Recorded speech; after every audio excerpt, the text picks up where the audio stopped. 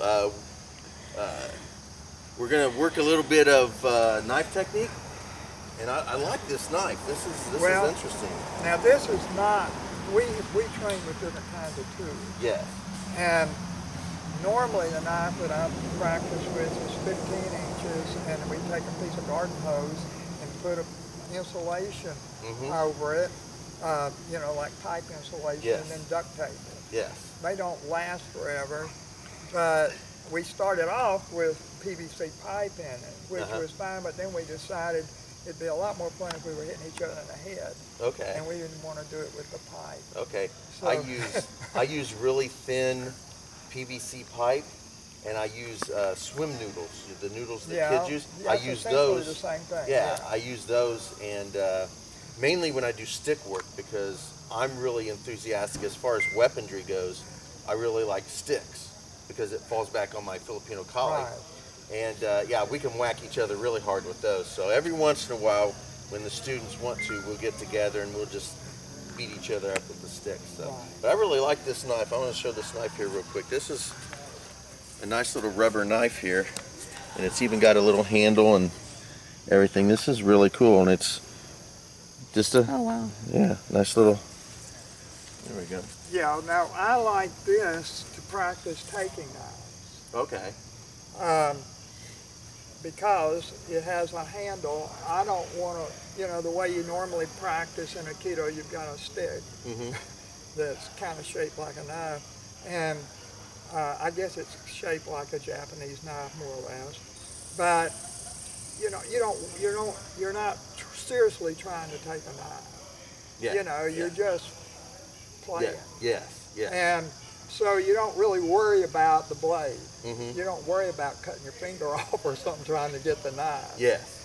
And the thing about this is it has a handle, and you can tell whether you're pressing on the edge or on the blade, or whether you're pressing on the handle. And on this, if you're trying to take it and you press on the blade, nothing happens. Yes. Okay. So this is what I brought with me, because I'm out camping, and there were a lot of us in the car, and I couldn't bring much. Yes, I understand. So I didn't bring the bigger one. But anyway, so this is not what we use this when we're practicing our version of Casagatami, or something like that, where we're trying to take the knife. Yes. And my main thing is reflex control, regardless of what I'm doing. Okay. And so you have reflex controls that you use to actually throw somebody, so that they're not falling down because it hurts. Okay. They're not even, and when you do them well, where you're giving people signals that make them want to fall down, still the way Casagatami is normally done, it hurts. It can, yes, very much so. Well, if you resist it, it hurts. If you resist it, it hurts. And that's kind of my philosophy is, if you resist it, you deserve to get hurt. But that's just me personally. Well, I don't disagree with that. Now, a problem I have with that is if I practice with naive people, you just barely touch them and they start screaming. Yes. And you practice with a BJJ guy, you've got to go all out. Yes.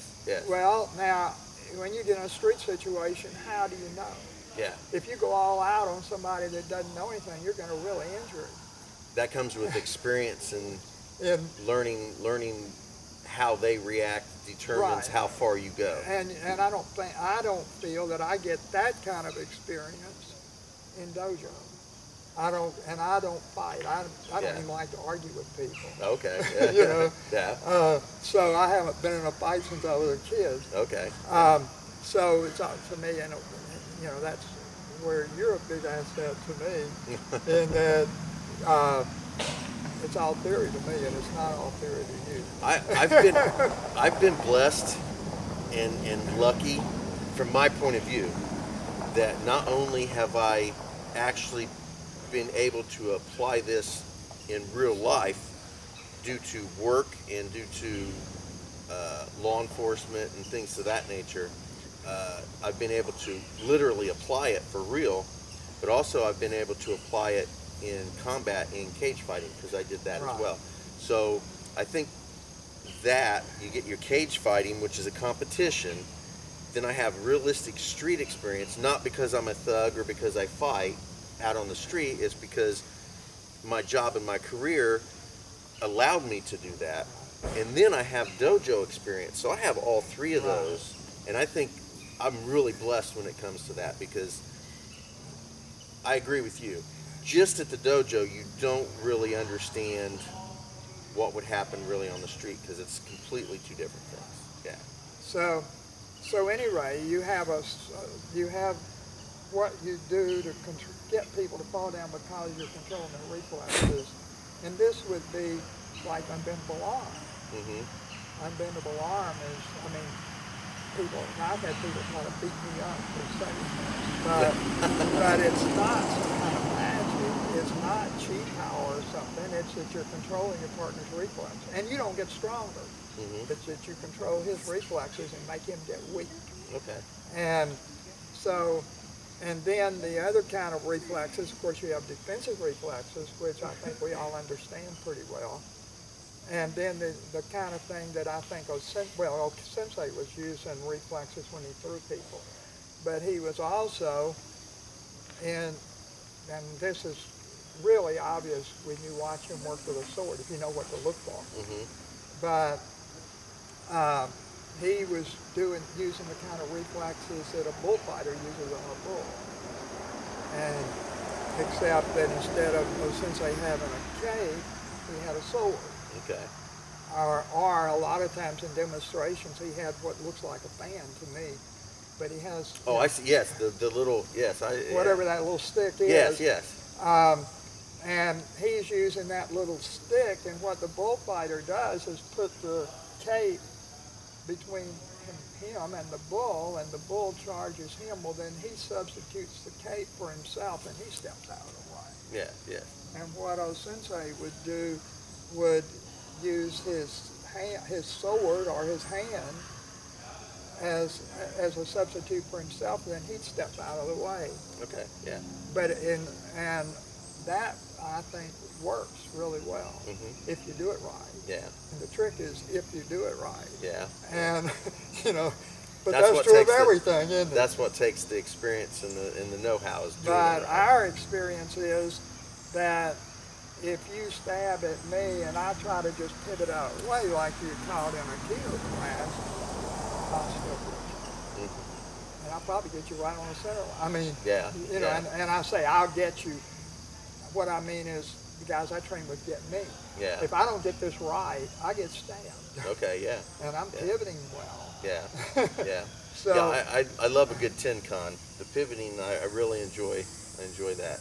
Yeah, well, to me, and then the third thing that we do is it really helps if you obscure your partner's vision. Oh, absolutely, yeah. I mean, it helps immensely, and it helps partly because he doesn't see what you're doing, but it also disorients him. And so he's disoriented, he doesn't know what's happening around him, he doesn't know what you're doing, and visual cues are a whole lot of what helps us stand up. So if you cover a guy's eyes so he can't see, it really disturbs his balance a lot, makes him a lot easier to throw. I actually watched one of your videos last night, and it was from Ikkyo, and when you were using Ikkyo, you were going up to the face and using that to actually push instead of being down here on the arm.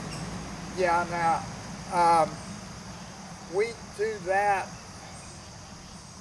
You commented on that one time, didn't you? I commented on it last night, that particular video, but... Well, I haven't. Obviously, I didn't see it. Yeah. You did it last night. Yeah. Now, those videos are experiments with me developing. When I'm doing, and maybe this is right, maybe it's wrong, but catch real. When I'm doing a throw, if I was coming here experimenting with obscuring your vision. Yeah. but that doesn't break your structure. Yes. True. And so I've decided I don't like that. Okay. Okay. So if you catch, to me, to break the structure, there are three things you do. Mm-hmm. One thing is you stretch the person out. Mm-hmm. So I want to stretch this out. I want to turn it. Okay. And then I drop. Okay. So to me, to break a person's structure, you have those three elements. Okay. And so it's usually best to stretch a person out. Okay. Now, in a lot of the throws that I do, so if you're doing Casagatami Mm-hmm. or Ikkyo or Sankyo or something like that, you're really stretching the arm out. Mm-hmm. But if you're doing breath power throws, the way I do them, you're stretching their head out. Okay. Yeah. Yeah. So we'd be coming in, if I was doing what I typically do. See, I have this hand, I don't know whether that's Yeah, there we go. So I'd have this hand in front of your face as I come in. So, you've got this and you're coming here. Well, I'm pivoting. This is in front of your face now. Mm-hmm. Well, now I catch your head here. I'm stretching. There you go. Yeah. And this hand comes here. Okay. Yeah. And the reason for that is nobody's going to let you step in here beside me. That's true. That's true. And so yes. if you step and I step here, you're going to cut me. I'm You're not going to let me do that. If I'm cognizant of what's going on, I will. Yes. If you're absolutely. trying. Yes, if I'm trying. A trained fighter says, you can never take my knife, you can never come in beside me. Mm-hmm. But you saw Lomachenko. You didn't comment on the Lomachenko video. No, I didn't. No. But, the boxing stuff? Yeah. Yeah, I watched some of it. I can't remember what I was doing that day, but I was pretty busy that day. He Yes. really gets behind them. Yes, yes. And he's doing this technique. But so when you come in here, see, now I've come under here. Well, now you can't cut back into me. Yeah. And I've grabbed your head here. Well, this is stretching you out. Mm-hmm. And then you twist this Okay. and throw it and step in. Yes. And of course, when you do that, he's got a knife. You can't throw him down and stand there because the knife's going to drag across you. Okay. But in general, but also if the way I do the reflex control, no throw here, but if we're doing Casagatami, see, I would step Okay. and then just drop here, see. Yeah. And that- I will go over. And that doesn't do anything to your wrist. It doesn't hurt your wrist. Yeah. It doesn't even bend your wrist. Yeah. But it destroys your structure. Okay. Yes. Yes. Yeah. The way your philosophy works, especially when seeing the Ikkyo and the Kotegashi, you like to step back and stretch them out. So you get more of a distance with it. And when I do it, I tend to want to step in Right, you step, and turn more with the Tenkan because just for me personally, I like to be close to you because not just Aikido, but I'm huge into Brazilian Jiu-Jitsu. So the closer I get to you, the better I feel. So, well, what I teach is that there are two ways to do every technique. Mm-hmm. And one way is to go through your partner, Mm-hmm. and the other way is to go through you. Okay. And watching your videos, you usually go through your partner. Yes. And we do it both ways. Yes. Yes. Absolutely. Yes. But yeah, I saw, and the way you do your Kotegashi, is like here. Yes. And that's Yes. the way my teacher taught it. Okay. mostly. Yes. Yes. Um, Because it encourages it, and like you said, there's pain there. right. Yeah. That hurts. Yeah. Yeah. Yes. Yes. Yes. Whereas the way I'm doing it, you don't feel anything. Okay. You never even realize you're being thrown Yeah. Okay. until you hit the deck. Yes. Okay. So Yeah. now, but like I say, I also do ones where I go through the person. Mm-hmm. But when I go through it, I step through it. Okay. So as an example. So I'd be here, see, and then I'd step in here. Okay, I see. Yeah. And here again, I don't have to put any pressure on your wrist. Yes. True. Yes. Now, I think that something like what I just did then, bothers me a lot. In a keto class, most ukis just have one arm. Yeah.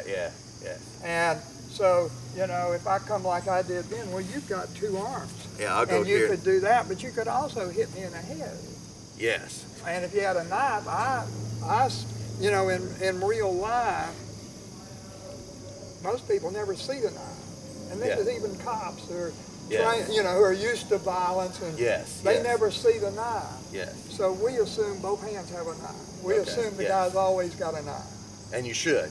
Yes. Because I figure it'll be the dark. Yes. I won't know whether he's got a knife or not. Yeah. You should always assume the worst. So what I just showed you, usually, like I say, with Casagatami, we stretch it out. Okay. Yeah. But Casagatami is,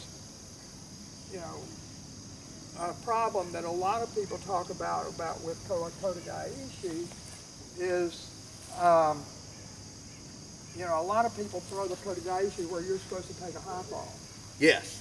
Well, if you're supposed to take a high fall, this hand's going to come work and hit me in the head. Boom. Absolutely. To me, that's a real problem. And so when we do what I like what I just showed. Mm-hmm. By stretching, I'm far enough away from you where it's really hard for you to get back to me. Okay, I see. Yes. The other way that I like to do it is here. Okay. Yes, with the elbow. So if I do it close like you did, I'm going to hit the guy. I'm either going to hit him, or at least it keeps him from bringing his hand around to hit me. Yes. If I see the elbow coming in, as soon as that elbow comes in, I'm here. Yeah. That keeps you from hitting. Yeah. Yes. Yes. But the problem with that, though, and I've never solved this problem. Okay. Is that what if you have a knife in this hand as well? Yeah. Or just in that hand. Yeah. See, so you punch here, and Boom. I come here to do my Casagatami. See, there's no way to stop that. Yeah, that's true. There isn't. There really isn't. Stretch out, it makes it a lot harder for you to do.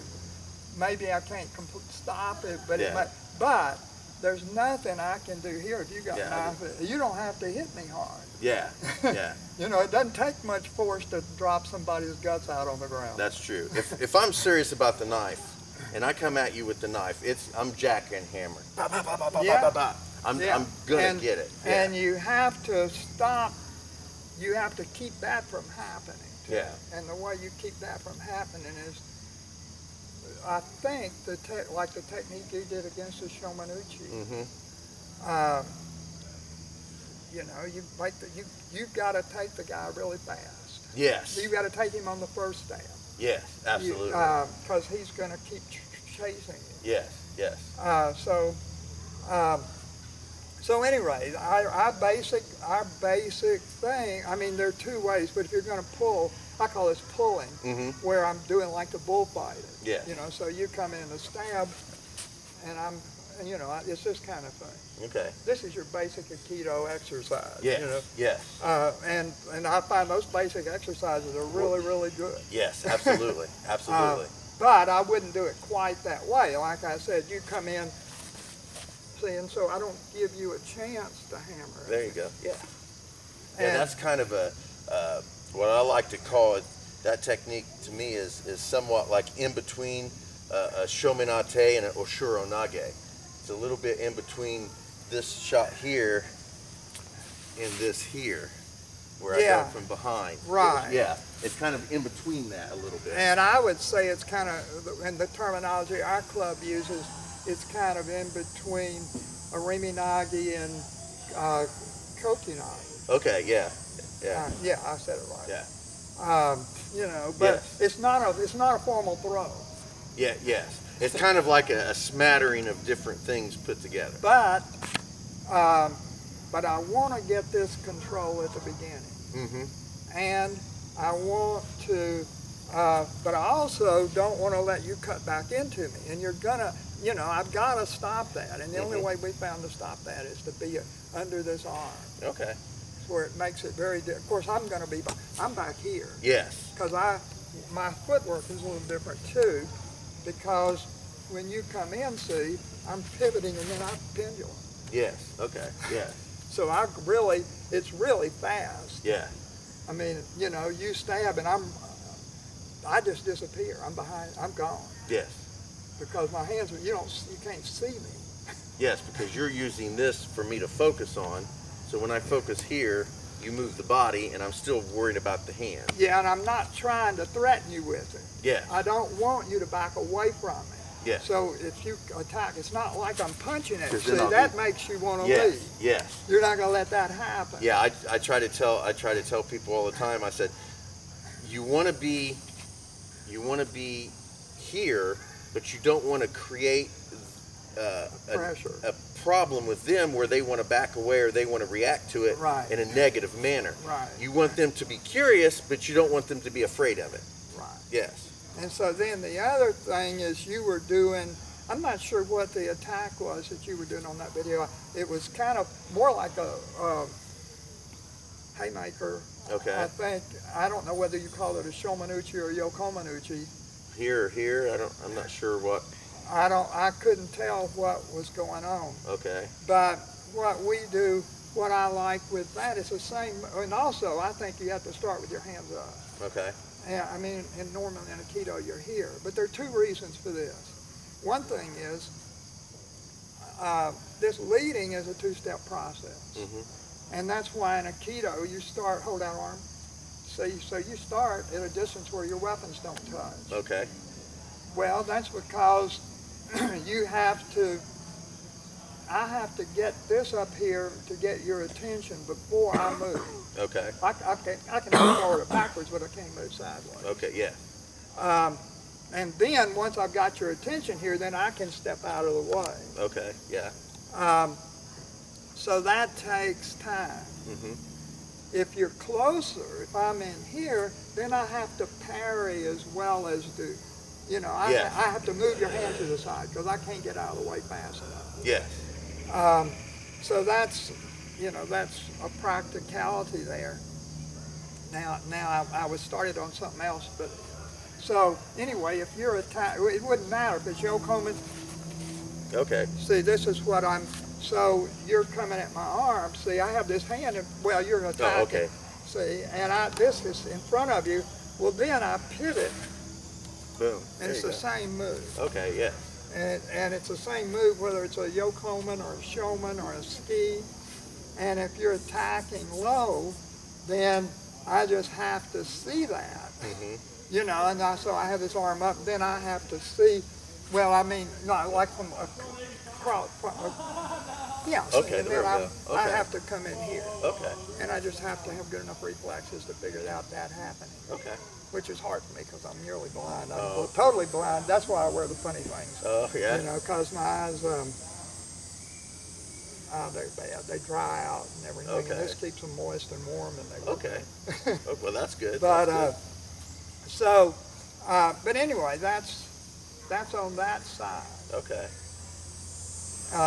And then on the other side, we find that, I don't know, maybe you have some better ideas, but we find that what works best is to, so, you know, some kind of a, well, yeah, it'd be with a knife, you know, but, so, that's not, I like that, but that's dangerous with a knife. But here, and then throw here. Okay, I see, yeah. Now, the reason I end up, you can do either one, it depends on how your partner's attacking. Okay. But these guys, you know, we practice continuing the attack. Okay. Richard, you're So down if I to attack you here and you move, I'm going to keep following you. Exactly. you're down to one little bar on the battery. Okay, well, when that battery dies, I got one more in the band. Okay. Yeah, absolutely. And that's one reason why I find trying to defend a knife is kind of unrealistic, because if you've got somebody with skill, you're not going to. Well, if you have somebody that doesn't have skill, just the normal training we do would be sufficient enough to help with somebody who's unskilled in the knife. yeah, I don't know. Oh. Yeah, well, it depends on who has, you know, it depends on a lot of things. It does, absolutely. Like I was telling you, one of the guys that practices with me is military, and he does combat training. Okay, yeah. In the military a lot. Yeah. I mean, If I were to ever go against a person with a knife, and I have once. Only one time have I ever really, for real, been attacked with a knife. I was lucky because the guy didn't know what he was doing. But I wouldn't worry about any deflections. I wouldn't worry about technique. To be totally honest, if you had this knife and you were going to attack me, the first thing I'm going to do is bum rush you, grab this hand, and I'm going to hold it. Yeah. You're not stabbing me with that knife now. Yeah, well, that's what wrestlers tend to do. Yeah, you're not going to That's what stab me. wrestlers are trained to do. Yeah. You know. And once I get in, then I work technique. But as far as actually trying something, Well, to me, getting in is a technique. well, it is a technique, yes. Well, I mean, it is the technique. Okay, yes. But I wouldn't try to defend the knife because. Well, I would never try to do Kodagaishi or try to grab the arm or something. I think is ridiculous. Okay, see, that's what I'm going to do.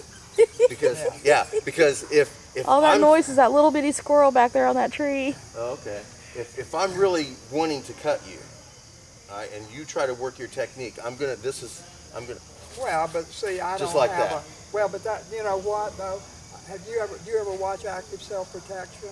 I've seen people on YouTube like in real life street fights, but I don't know. Well, and if you Active Self-Protection, look at the YouTube channel. Okay.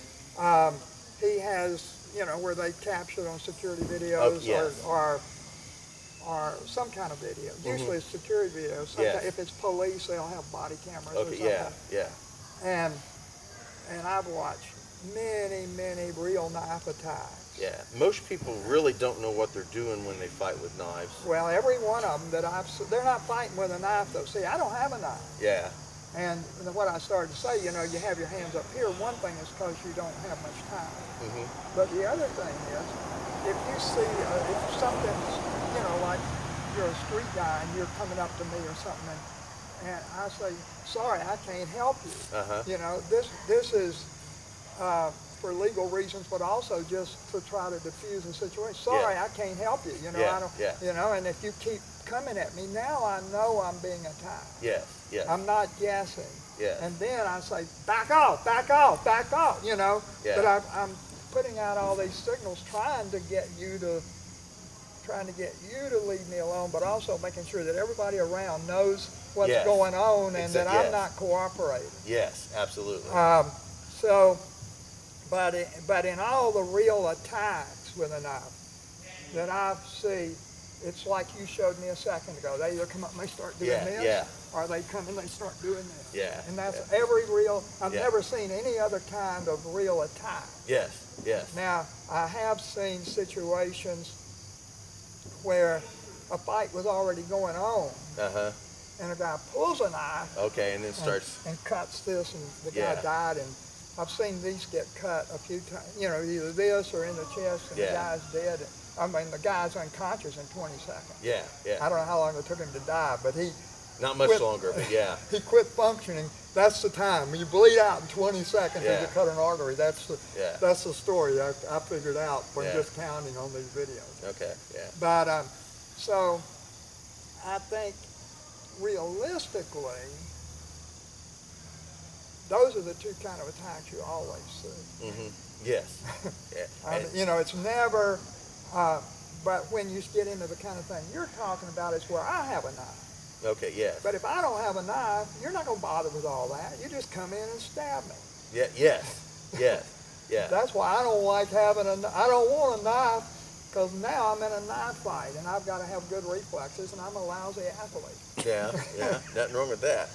Nothing wrong with that. So I don't, you know, now staff is a different matter.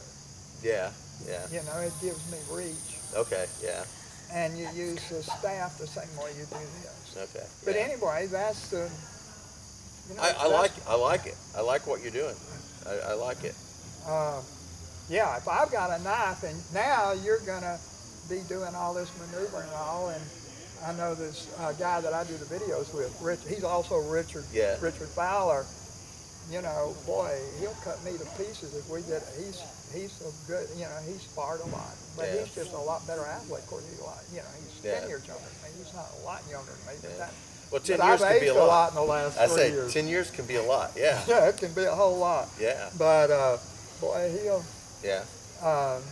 you know, he gives me tremendous respect. Yeah. I don't mean that he respects me a lot. I mean, Yeah. he Yeah. gives me a lot of respect for how dangerous it is. Okay. Yes. Yes. But all of this is really dangerous. All of this is really hard. You get in freestyle and you have everybody attacking you at once. Yes. Really, but these techniques also go really fast so that you have a chance. I mean, if you're trying to do slow techniques like most Aikido techniques, Yeah. you don't have a chance in freestyle. No. No. Well, the key to it is just experience. Is really, I mean, you have to have a lot of experience, so you're able to predict, at worst predict, but you know, at best know what they're going to do before they even do it, and that gives you a sense that you know you're one step ahead of them because you already know how they're going to react. The reason you know how they're going to react is because you've done it so much with so many different people that it becomes just a calculation in your head. If you do this, you know someone's going to do something, so you can react to that. Yeah. Yeah, but now the problem in a dojo is though, Yes. and Yes. so it's kind of like, you know, the Japanese say that, you know, there are two kinds of people that are really, really dangerous. One is somebody that doesn't know anything, and Yes. the other one is the master. Yes. Exactly. And Yes. so I have this guy in my club who is a farmer, Mhm. and he's used to clear and brush with him and shaddy and stuff. Okay. So, you know, in Aikido, your formal attacks are, That show me. you know, Yeah. and this guy comes in, he's clear and brush. Yeah. you know? Yeah. Yeah. And what you do for a normal Aikido attack won't work against that. Yes. Yes. Yes. So you don't know what you're going to, you know, Yes. on a street, Yeah. you don't know what you're up against. Absolutely. Absolutely. But at any rate, My philosophy with a knife is either run. distant. Yes. Get distance but you know, you or watch get closer. But I've watched videos too where people tried to run and Chase them down. Yeah. you know, you don't have much. God, just think how quickly a guy's on top of you. Yes. You know, Yes. people in Aikido class, you know, and normally Aikido practice is slow. Yeah. You know, they're not, I mean, they don't realize it's slow, but it's slow. Yes. And Yes. so my teacher would say to me, well, when he attacks, wait to the very last moment Yeah. to move. And I say, okay, show me. Yeah. And I'll attack him, and I'll attack him normal speed. Yeah. And normal speed, you know, he's dead. Yeah. Yes. Yes. Yes.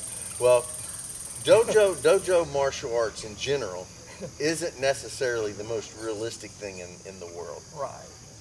I think it's definitely better than nothing. And I think that a lot of dojo styles have a good philosophy. They just don't have the experience or the practicality of actually doing it in a realistic situation. Because Abner, which is the gentleman that came from a very traditional dojo style martial art, he came into class and he tried to do his and he would be standing there and I'd just be upright, you know, just standing here, and why aren't you falling down? Because I still have my balance and Right. you haven't made me, you know. Right, you haven't done it. So he didn't have the practicality of seeing how the techniques really worked, but we kind of worked on that with him, and he's doing really well. So he's learned that even in the dojo you can get practical if you choose to. Now most schools don't do that because their focus again is on money and Right. things like that, so they don't need to get practical. And then you have other schools like myself or like your school want to get more practical and want to get more realistic with it, and you can do that.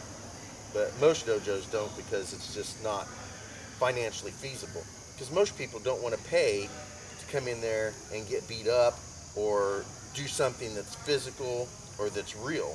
You know, they want to. Well, of course, I'm not really. Although anybody, well, maybe it's not maybe it's not true. Certainly, I've gotten beat up a lot in my years in the dojo. Yeah. If I were to study martial arts to keep from getting beat up, that wasn't the wise way to go. That wasn't the way to go. No, that definitely wasn't the way to go. I want to change the subject a little bit. Sure. I want to get you to teach me something. Okay. All right. How do when you do kokidosen, you know that you do that kokidosen pin? Which one? I'm not sure which. Well, let's see. This is kind of messy. I don't know. It doesn't matter. I don't. We can move over there. There's more grass. So I'm on the ground. You're kneeling. Okay. And you're doing the kokidosen pin. So this arm is pinned out and the shoulder's pinned. It's not a real pin. Okay. So. You know, a training pin. Okay. You know what I'm talking about? Yeah. Usually I have them on their stomachs, but. Well, but for the kokidosen, they're on their back. Now, for a normal, like from Kotogaishi or something, they're on their stomach.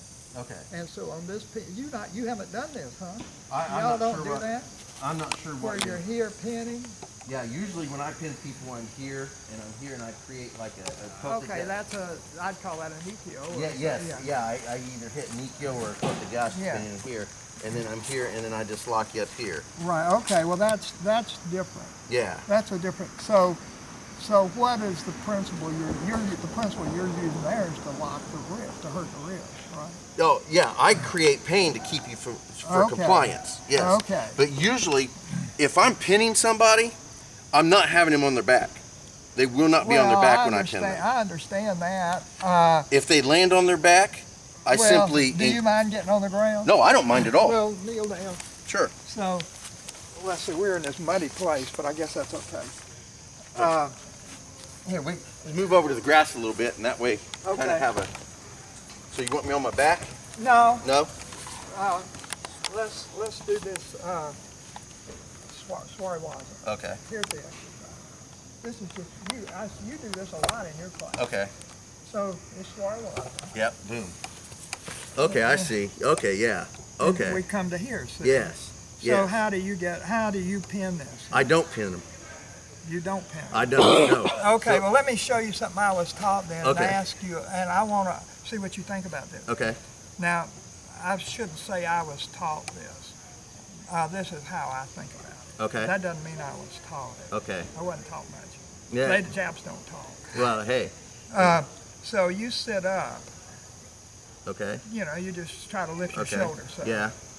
And normally what people do is push down. Yeah. So if I try to push down and you sit up, boom. Yeah. roll up.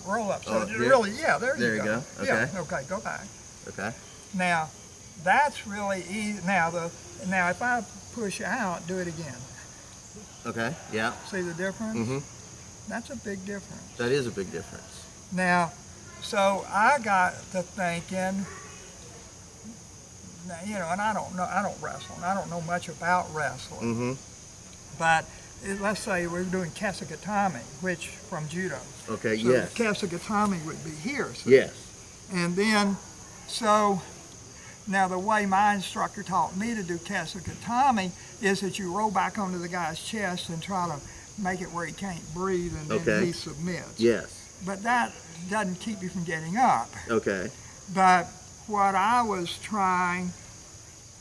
thought was, see, in this, I think the principle of Aikido pins is that you spread the person out. Okay. You're not holding him down, you're spreading him out. Okay. And so here, if you try to sit up, see, I'm not going to try to hold you down, I'm spreading you out. Yes. If you push on my head. Yeah, see, you're pushing on my head, see? Yes. If I resist you, yes. that's pretty unpleasant. But if I spread you out, it's very hard for you to push on me. Okay. If you try to bridge up, you know, you'd bridge up to get away. Well, I don't really try to hold you down as you bridge up. I'm talking about pushing, you're lifting, yeah, see? I don't try to hold you down, I spread you out. Okay. Yeah. Have you ever used that kind of principle to try to pin people? I do when I'm doing groundwork. Well, that's when you will do it. But I do it more of a Brazilian Jiu-Jitsu way. And how? Because what's going to happen, like for example, when you were holding me here and you had me here, okay? Yeah. If I tried to get up and couldn't, Well, now that's an exercise, though. Yeah. That's not obviously that's not a technique. Yeah, well, but it could work. Well, maybe, I don't know. Yeah, but if I were trying to get up and you were pinning me here, I wouldn't use my upper body. Right. I'm gonna pivot my hips here. Right. I'm coming in here. Right, and then right. Yes. and down you go. Yeah, now, Yeah. I had a BJJ guy, and I was showing him this. I was trying to ask him what I'm asking you now. Okay, yeah, because when But I he